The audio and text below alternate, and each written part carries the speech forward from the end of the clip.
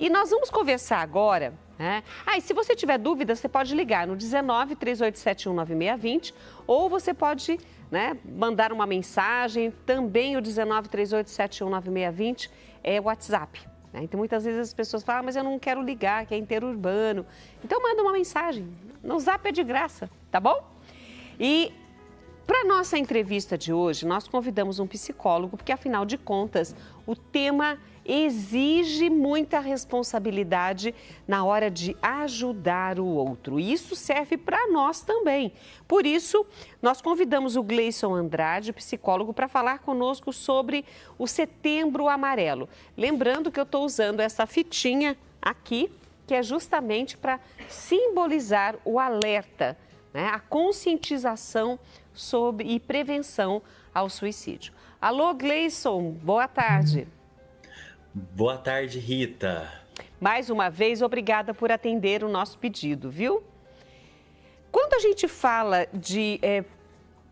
desse mês, Setembro Amarelo, existe toda uma campanha, e é uma campanha nacional, principalmente, mas é o alerta, é a conscientização. Do que se trabalha nesse Setembro Amarelo? Rita, no Setembro Amarelo, né, o trabalho ele é desempenhado aí em função do valor da vida, né? O quanto que essa vida é importante, o quanto que essa vida ela importa, né? Para todos aí que estão à volta dessa pessoa. O que que é muito importante a gente sacar aí no Setembro Amarelo? Que essa prevenção aí ao suicídio, ela não pode acontecer somente nesse mês. Ela precisa acontecer de um modo geral durante o ano todo. Mas é obviamente que no setembro, né, a gente tem aí essa questão aí cultural nossa de colocar o tema em evidência. E isso também é muito bom. No entanto, a gente sabe que, por exemplo, algumas datas do ano, elas são mais propensas, por exemplo, a acontecer o suicídio, como finais de ano, festas, Natal, enfim, é onde as pessoas que estão aí em sofrimento psíquico, né, elas começam a adoecer muito mais. Então, esse sofrimento emocional altera a realidade, a consciência, e a pessoa, nesse desespero, acaba atentando contra a sua própria vida. Para que a gente possa ajudar esta pessoa, você é psicólogo, você tem o conhecimento. Mas hoje eu gostaria de aproveitar o seu conhecimento para você nos falar sobre os sinais, porque muitas vezes a pessoa está do nosso lado, ela ri, ela conversa e está tudo bem, e a gente pensa que está tudo bem com ela, mas é uma alma sofrida. Às vezes, atrás daquele sorriso, aparente sorriso, tem uma alma sofrendo. Como a gente consegue perceber que esta pessoa está precisando de ajuda? Ô Rita, de fato, cada um tem aí um sofrimento diferente. Por exemplo, se hoje eu e você a gente perdesse, sei lá, a nossa mãe ou nosso pai, cada um sentiria de uma forma diferente. Pode ser que no momento do velório eu não chorasse, eu guardasse isso para mim, ou eu vá sofrer daqui 1 ou 2 anos. Isso pode acontecer, por exemplo, no caso do luto. Mas a pessoa que está com, né, essas questões, essa ideação suicida, de fato ela dá alguns sinais, tá? Um dos primeiros sinais, Rita, é o isolamento. Essa pessoa ela começa a ficar isolada e a gente sabe que o isolamento também é um pedido de ajuda, né? Todo mundo que se isola, na verdade, não está se isolando, ele está ficando em evidência. É igual uma pessoa tímida, né? Uma pessoa tímida, quanto mais tímida ela for, mais ela chama a nossa atenção. Ou seja, no ímpeto, né, de querer ficar invisível, no caso a pessoa ela acaba ficando mais visível, né?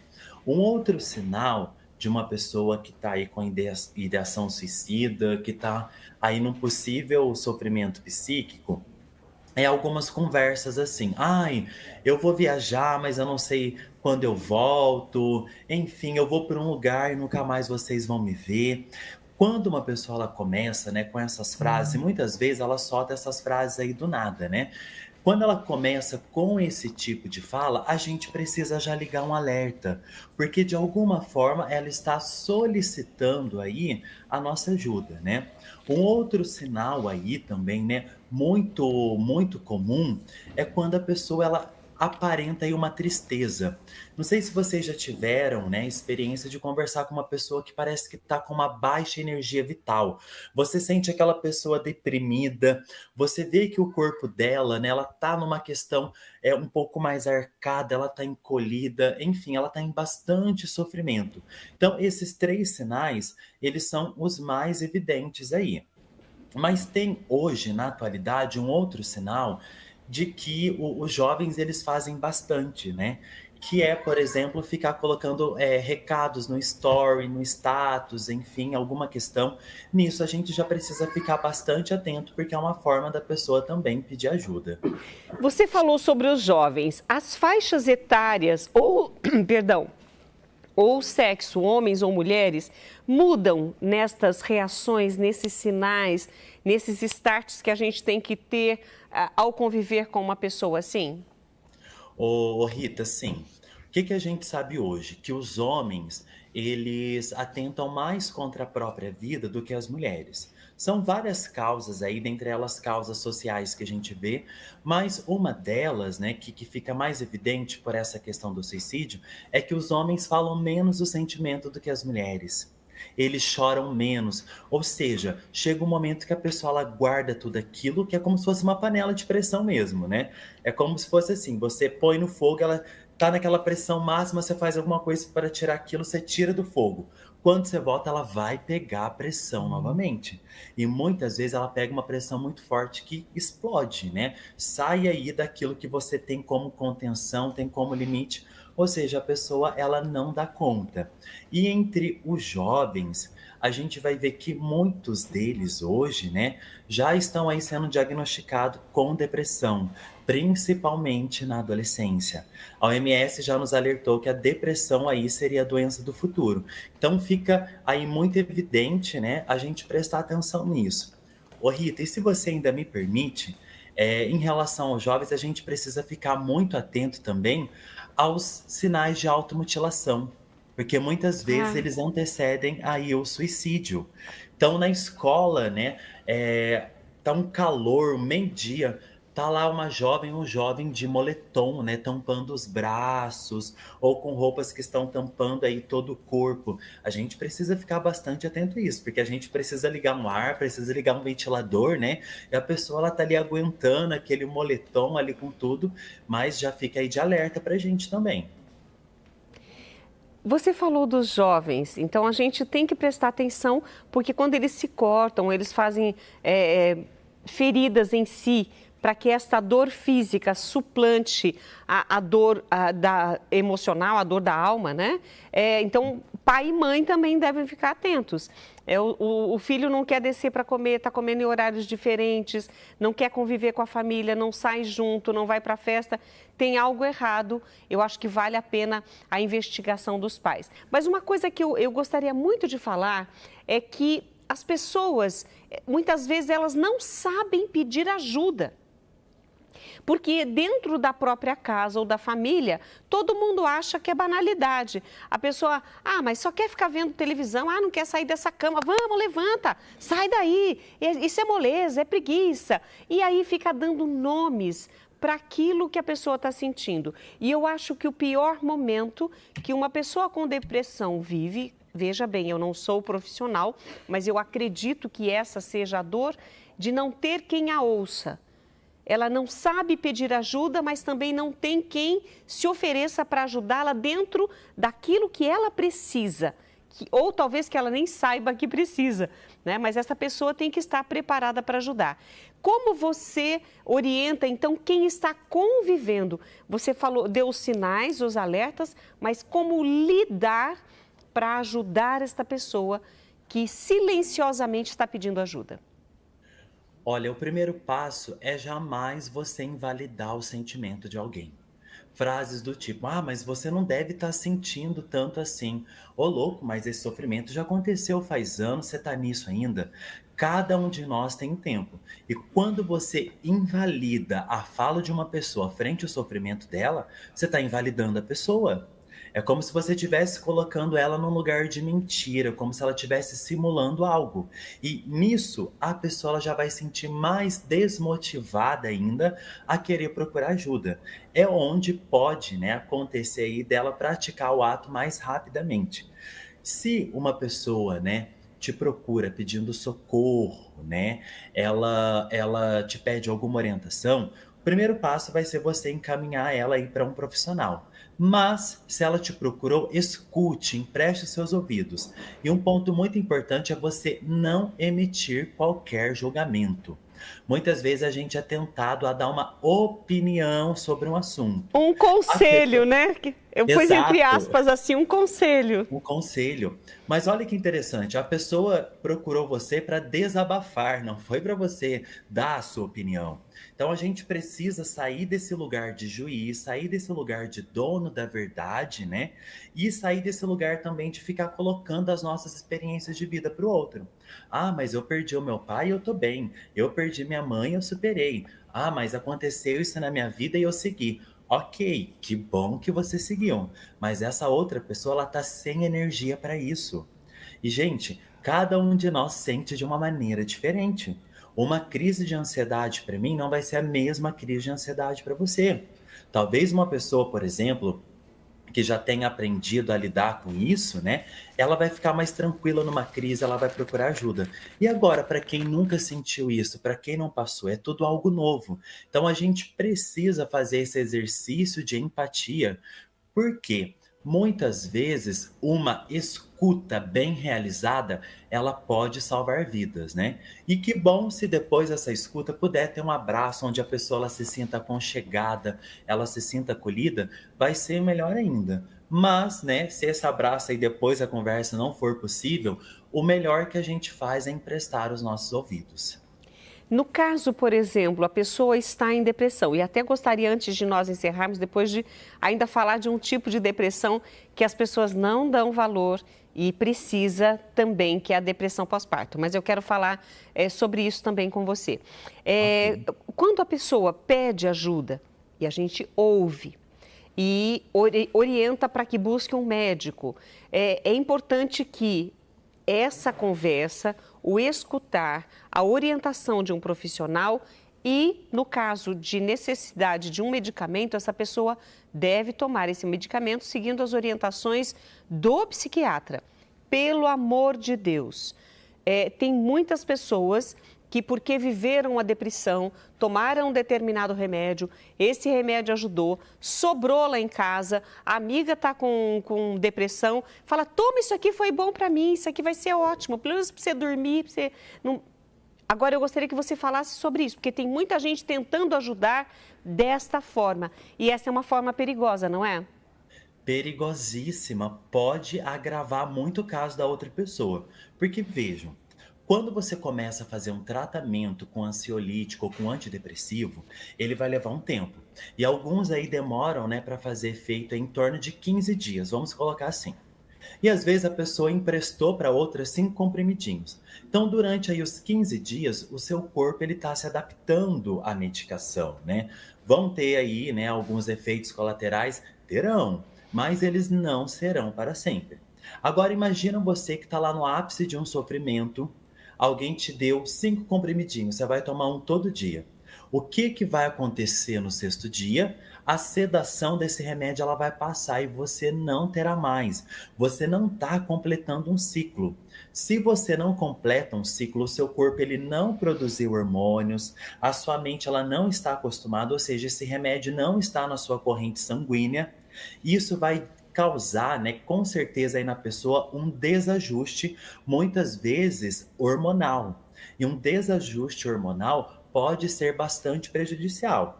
Então, por mais que você tenha aí, né, um bom coração, que você queira ajudar as pessoas, jamais dê medicamento ou receite algum medicamento se você não for um profissional adequado, né, um profissional aí da saúde para fazer isso. Porque uma vez que a pessoa ela inicia um tratamento, ela precisa terminar esse tratamento. É um ciclo. E E sob ciclos orientação médica, né? exato. E esses ciclos, né, principalmente esse que a gente está falando sobre orientação médica, eles não podem de forma alguma serem quebrados. Porque quando o remédio começa a fazer efeito, a pessoa ela para o tratamento. Ou seja, aquela questão toda do corpo que ela está sentindo vai voltar e vai voltar ainda pior. E olha, e antes da gente encerrar, vale a pena a gente lembrar que você falou sobre os distúrbios hormonais, isso pode acontecer e a gravidez é esse turbilhão de hormônios pelo corpo todo da mulher, nesta gestação, que é gerar uma outra vida, e nós temos muitos casos também de mamães que se atentam contra a sua vida com êxito, infelizmente, deixando o bebê, deixando a família toda atônita, porque não conseguiram perceber. Porque até durante toda a gravidez era uma alegria muito grande. E, de repente, o bebê nasce e... Eu queria que você falasse sobre isso. Rita, muitas pessoas costumam chamar a vida de o grande milagre, né? E a gente considera a vida aí um grande milagre, né? O ser humano aí como um ser dotado de consciência, que tem razão, que consegue pensar.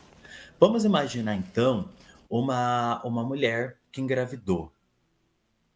O corpo dela vai passar por transformações, porém não só o corpo, mas essa consciência também. Então, pesa aí sobre essa mulher a responsabilidade de gerar essa vida. E a gente vê que algumas mulheres na gestação, elas ficam bastante ansiosas, principalmente se o bebê ele começa, aliás, ele demora aí para mexer na barriga, né? Você põe a mão, não sente, algumas marcam o médico, vão correndo, enfim, porque elas querem esse bebê. No entanto, pode acontecer que depois do parto, né, algumas questões elas fiquem aí bastante desajustadas. É muito comum que as mulheres tenham bastante medo, né, não queiram ver os filhos porque tem medo de machucar, tem medo de não dar conta. E é muito importante que a gente tenha aí o apoio, né, principalmente dessa rede que convive essa mulher, para ajudá-la nesse momento difícil. Muitas vezes essa depressão pós-parto ela é acentuada por esse medo da maternidade, porque a maternidade ela assusta. A mulher já passou por várias transformações. O corpo dela mudou, a questão, a vida sexual também mudou, principalmente durante a gravidez. Pode ser que ela tenha ficado mais sensível, pode ser que ela teve que mudar aí alguns planos, enfim. Foram várias questões que aconteceram com essa mulher. E muitas vezes as pessoas elas entendem aí a depressão pós-parto como uma fuga desse bebê. Olha, eu não quero essa criança, eu não quero responsabilidade. Sendo que na verdade é totalmente aí o contrário. Essa mulher muitas vezes ela está preocupada demais se ela vai ou não dar conta disso. E é por isso que muitas vezes elas se afastam do bebê, né? Ou aí desses bebês e podem chegar a cometer esse ato. Por isso, é muito importante que antes do parto e depois do parto, se necessário, essa mulher ela esteja aí munida, né, dos atendimentos psicológicos. Hoje a gente sabe, por exemplo, que você consegue um atendimento psicológico online. Você não precisa, né, caso você não consiga, ir, por exemplo, até a sala do seu psicólogo, da sua psicóloga, enfim, você consegue ser atendido de casa. Mas a grande questão aí é que a gente precisa fortalecer essas mulheres. E a gente vê, Rita, ainda na nossa sociedade, um apelo muito mais forte em relação à morte do que à vida. Veja, quando alguém morre, esse velório ele enche, todo mundo vai se despedir. Mas muitas vezes, né, quando uma mulher dá à luz, ninguém manda uma mensagem, ninguém parabeniza, ninguém quer saber como está. Então a gente está muitas vezes inserido O nessa bebê, né? sociedade. Oi? O foco sempre é o bebê. A mulher fica Sim. meio de lado.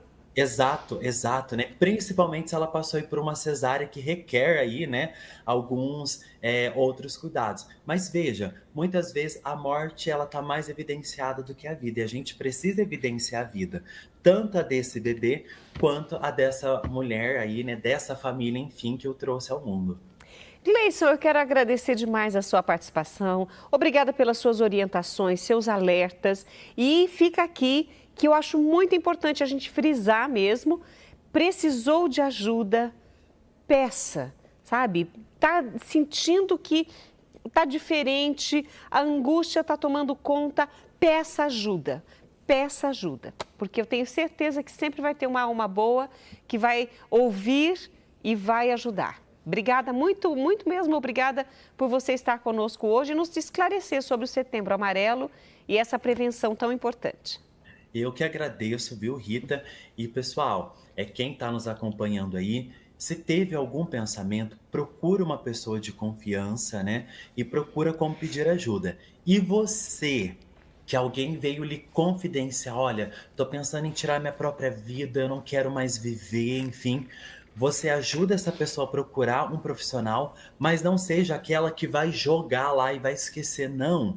Manda uma mensagem, procura saber como é que está, faça um acompanhamento, porque a nossa escuta ela precisa, né, ser acompanhada aí de ações. Existe até aquela questão bíblica, né, que diz que a fé sem obras, né, ela de nada vale, ela é morta. Então, além da nossa escuta, a gente precisa realizar esse acompanhamento, né? E desejo, né, a todos que estão nos acompanhando, a toda a equipe aí da Século XXI, né, que a gente valorize a vida, né, e que a gente faça a manutenção da vida de todos aqueles que estão à nossa volta. E por falar em desejo e em vida, nós desejamos a você um feliz aniversário. Foi ontem, mas Deus abençoe você, abençoe sua vida, sua profissão, que muitas pessoas possam ser ajudadas a partir desse coração generoso que Deus te deu. Que Deus te deu. Feliz aniversário, Deus abençoe. Amém, obrigado e tchau, tchau. E olha, nós conversamos aí com o Gleison, psicólogo, Gleison Andrade, e falamos sobre o Setembro Amarelo.